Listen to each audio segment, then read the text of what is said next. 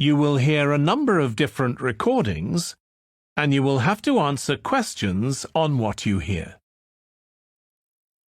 There will be time for you to read the instructions and questions, and you will have a chance to check your work. All the recordings will be played once only. The test is in 4 sections. At the end of the test, you will be given 10 minutes to transfer your answers to an answer sheet. Now turn to Section 1.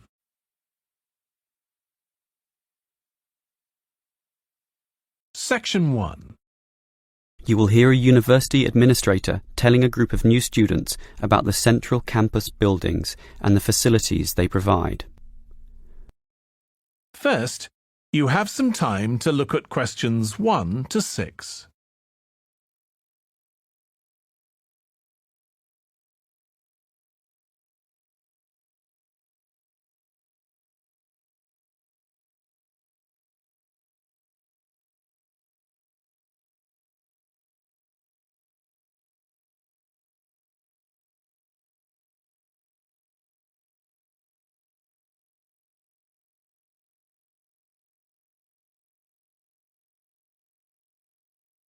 Listen carefully and answer questions 1 to 6. Welcome everyone to the Brandon Complex, the geographical and, we could say, spiritual heart of this university. This is basically where everyone eats too, as you can see by looking around. There are many different cuisines here, Chinese, Indian and Middle Eastern, plus the usual fare of a local type, all in that corner over there. We have many shops here too, but the biggest is Wilson's, right there, providing clothing and hardware. That's next to all the restaurants. Now, on the opposite side of Wilson's we have 3 shops. The one in the corner there, closest to the restaurants, is for DVDs. Yes, the DVDs are cheap and affordable, and you can also rent DVD players as well. Moving on, in the corner directly opposite Wilson's is the Student Union office. Incidentally, you are all encouraged to join the Student Union, as a Student Union card gives you many benefits, including discounts on basically everything you can buy here at the Brandon Complex. Outside this complex, on the other side of the road, you can just see it from here in fact, is a building that we call by the rather unusual name, the H Building. Next to this, on the other side of some trees along the main road, is the Engineering Institute, but that doesn't have anything to do with the Brandon Complex. One last thing is that just outside this door, near us here, you can see a grassy oval patch. Well, that's the playing field for what we simply call the fitness room, which is alongside. So you can put on some calories here at the restaurants and then burn them off at the fitness room afterwards. Oh, I forgot to mention this shop right here, in the middle, beside the Student Union. It's the bookshop, and as you can see, it's always busy, always popular. You can buy newspapers, magazines and stationery there, plus a few clothing items as well, just as you can at Wilson's. Why don't you go and take a look right now? Before you hear the rest of the conversation, you have some time to look at questions 7 to 10.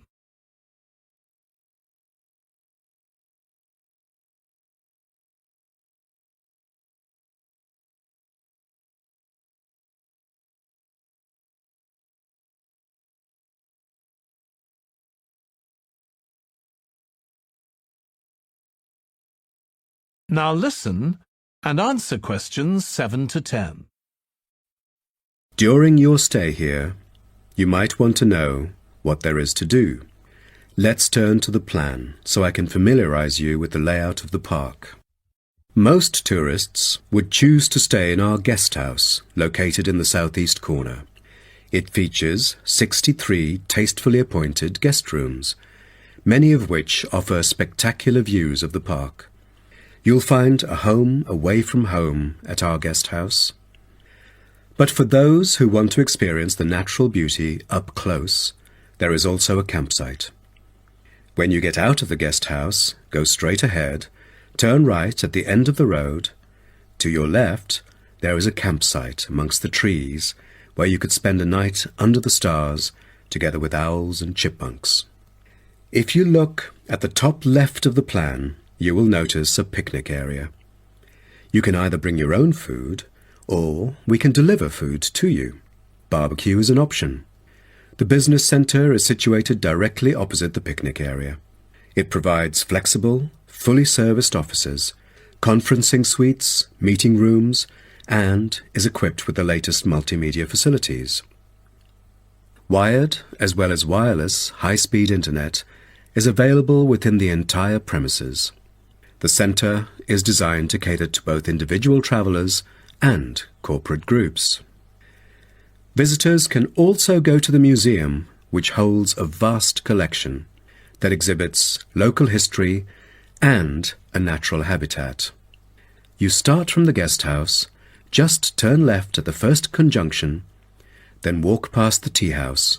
Turn right. You'll see the museum after making the third right. Have you found it?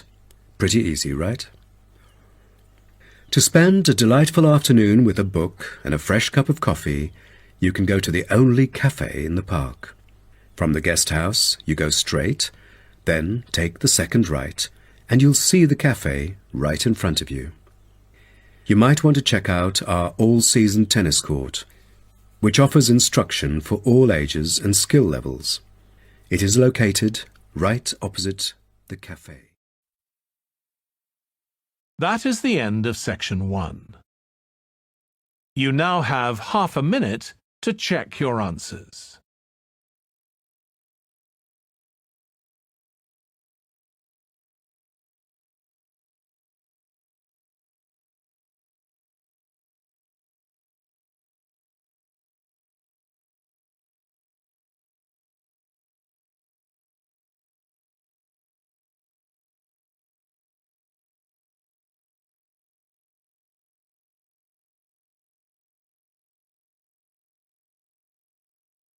Now turn to section 2.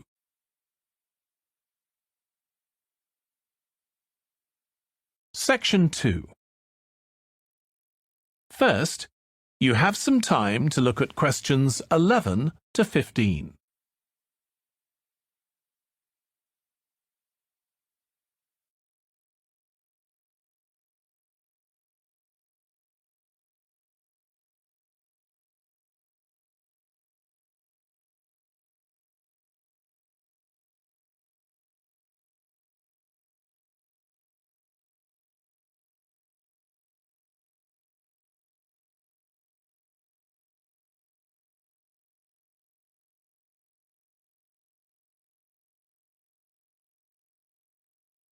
Now listen carefully and answer questions 11 to 15.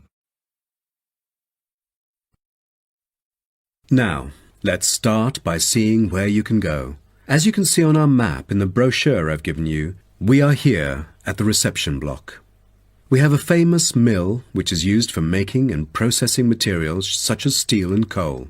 To visit it, just go straight ahead, north along the path in front of you, and you'll find it at the end of the path. Now, towards the east, go along the path from our starting point. Turn left to the corner and then turn right. There is a car park at the east end of the lane. To the west, there is a museum. Past the shop, around the crossroads, and it is just located at the west end of the road.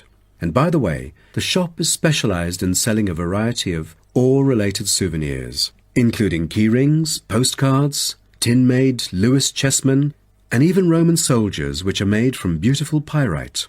If you are interested in the laboratory where scientific experiments, analyses and research are carried out, it is situated at the southern part of the park, opposite the shop. I bet you'll be happy to hear that this laboratory is also used for gold and crystal refinement, so don't miss this one for the sake of it. I assume by this time you'll all need some rest and refreshment. So we have an excellent cafe which caters for delicious food and beverages at the other side of the road next to the shop. Of course, if you want to spend some time in the fresh air, we have a perfect picnic area which is just right and northeast of the reception block. Further east, there is a path leading to the northern part of the park, and at the end of it is the toilet. Now, most of the visitors would choose to use the mailbox and send the beautiful postcards to their friends. To reach it, just... Before you hear the rest of the talk, you have some time to look at questions 16 to 20.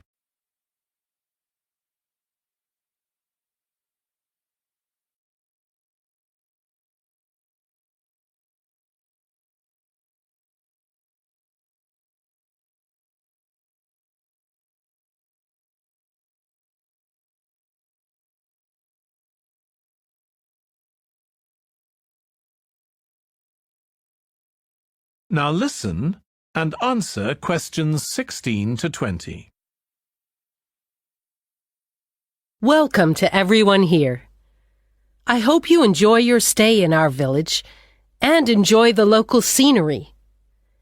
I'll tell you a bit about the forest and mountain tracks in a minute, but first, I'll just give you an idea of where everything is in the village. So, we're here in the Tourist Information Center, and when you come out of the center, you're on Willow Lane, just opposite the pond. If you want to get to the supermarket for your supplies of food and water, go right. That's the quickest way, and then turn right at the top of Willow Lane, and it's the second building you come to, opposite the old railway station. If you're planning on doing some serious climbing, and you need some equipment, we do have an excellent climbing supplies store just 5 minutes walk away. Turn left once you're outside the Tourist Information Center. Take Willow Lane all the way up to Pine Street. You want to go left along here. Then keep walking and go up Mountain Road on your right until you come to the next turning on the left. Head down there and you'll come to the climbing supplies store. If you get to the small building that sells ski passes, you'll know you've gone too far. You also need to head to Pine Street for the museum. It's small, but well worth a visit if you're interested in the history of the village and the old gold mining industry. So, when you reach Pine Street from here, you'll see the old railway line on the other side of the road. Turn left into Pine Street and keep going until you come to Mountain Road. And just past here, the museum will be on your left, just behind the railway line. Don't worry about crossing over the tracks. The train stopped running through here in 1985. If you're planning on following one of the easier forest walks, you might like to hire a bicycle. To get to the hire shop, again, you need to head to Pine Street. On the left-hand side of Pine Street, you'll see the town hall. Go down the little road that you come to just before it, and you'll find the bike hire shop just behind the hall. They have a good range of bikes, so I'm sure you'll find something that suits your needs. Last but not least, if you're hungry after a long day's trek, I can recommend our local cafe. Again, when you leave the Tourist Information Center, turn right and follow Willow Lane until it joins Pine Street.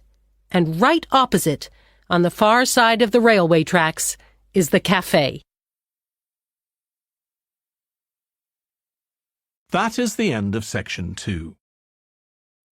You now have half a minute to check your answers.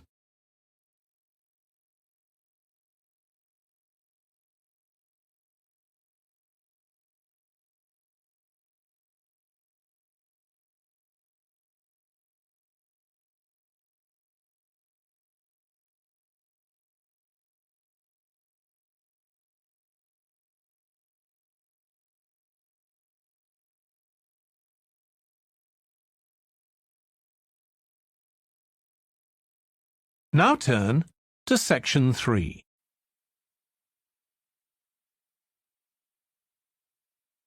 Section 3. First, you have some time to look at questions 21 to 24.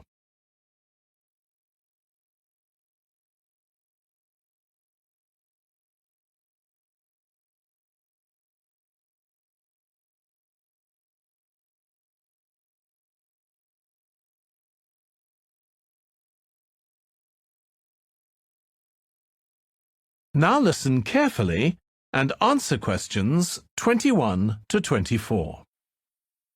Now, let me just tell you a bit about what you can see in the sculpture park. If you look at your map, you'll see the visitor centre, where we are now, at the bottom, just by the entrance. Since we only have an hour, you might not be able to get right around the park, but you can choose to visit some of the highlights. You might like to take a look at the Joe Tremaine sculptures, which are displayed on this side of the upper lake, just behind the education centre and near the bridge. They're really impressive, but please remember not to let your children climb on them. One of our most popular exhibitions is the Giorgio Catalucci bird sculptures. They're just across the bridge on the north side of the lower lake. I love the way they're scattered around in the long grass beside the lake, looking as if they're just about to take to their wings. You could also go to the garden gallery. It's on this side of the upper lake. From the visitor centre, you go to the education centre, then keep on along the path and you'll see it on your right. There's an exhibition of animal carvings there which is well worth a look. We also have the Longhouse. That's quite a walk. From here, you go to the bridge and then turn left on the other side. Soon you'll see a winding pathway going up towards the northern boundary of the park. Go up there and you'll find it at the top. They have some abstract metal sculptures that are well worth seeing if you have time. OK, well, now, if you... Before you hear the rest of the discussion, you have some time to look at questions 25 to 30.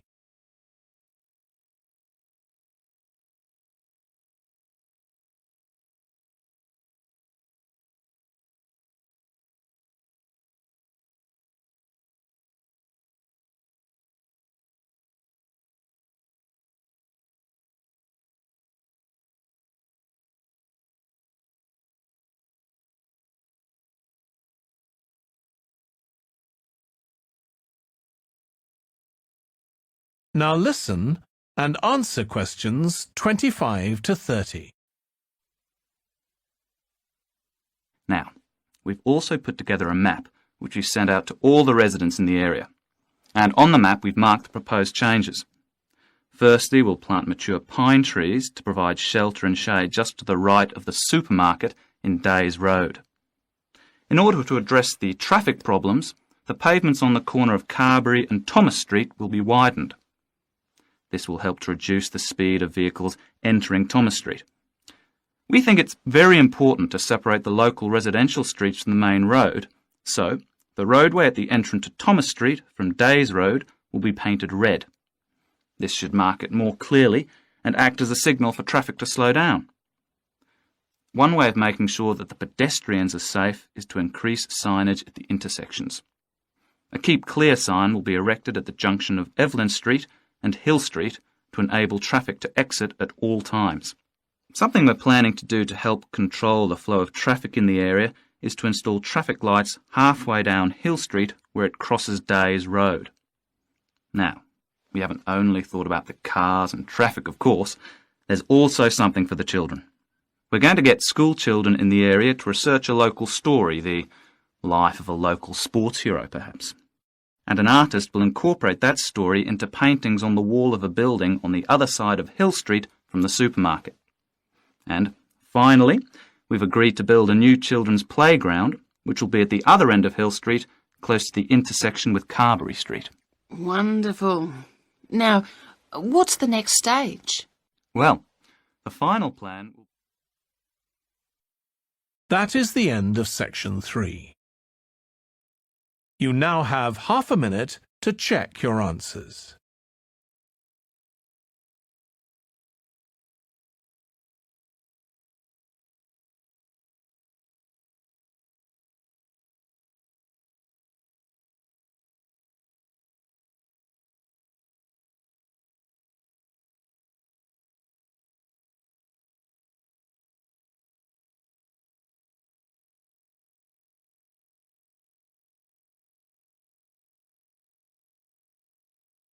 Now turn to section 4.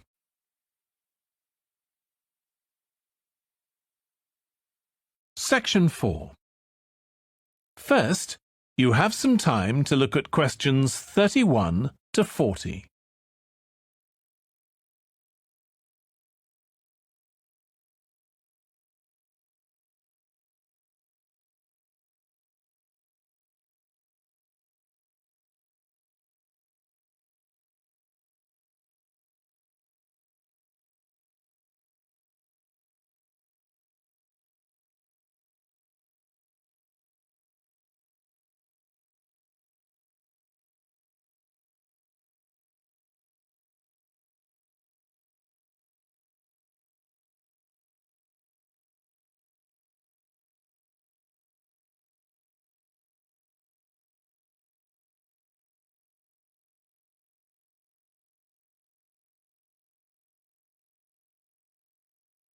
Now listen carefully and answer questions 31 to 40.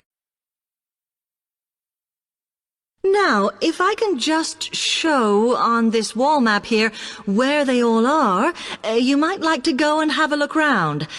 If you come into the main university entrance, at the first junction, you'll find that Brown Hall is on the corner opposite the theatre. So you're nice and near the station here, though I think it can get a bit noisy with traffic. The same applies to Blake Residence, which is directly facing the junction to the university entrance. These halls are often used by medical students and such like, as they're out all day, so don't notice the noise.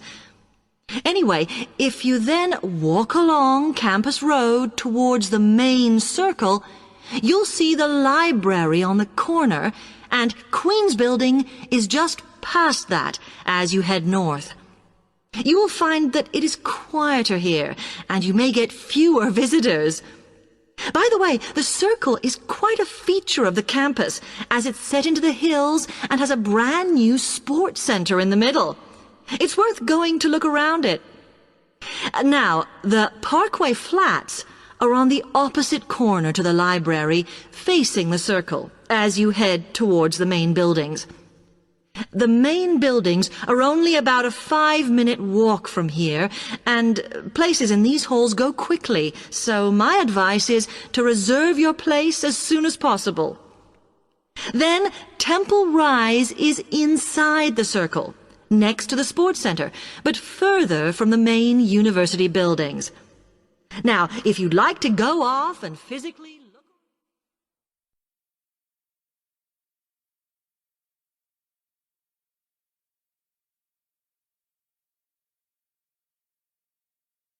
OK, thanks.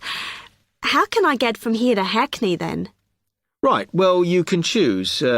We're here at the information office, OK? Now, next to us, on the corner of the High Street and Sweet Street, is the bus stop, opposite the bank. Uh-huh. The bus goes all the way to Hackney, but it is a very indirect route, so it could take ages. Oh.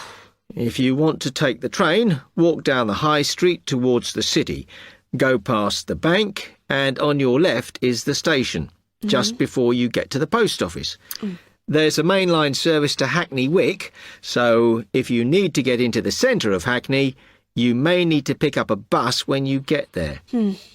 Opposite the post office, on the corner of Hart Lane, is the tube entrance. You'll see the big signs. That's probably the best way to get there, though you may have to change. It's probably best if you go and get a travel card first. Oh. To get to the ticket office, you go out of here onto the High Street. Then turn into South Street and the ticket office is on your right opposite the cinema. Of course, you may decide it's quicker to take a taxi. But it's a long way, so I think it'll be very expensive. If you do want to get a cab, then the rank is outside here, just opposite the office.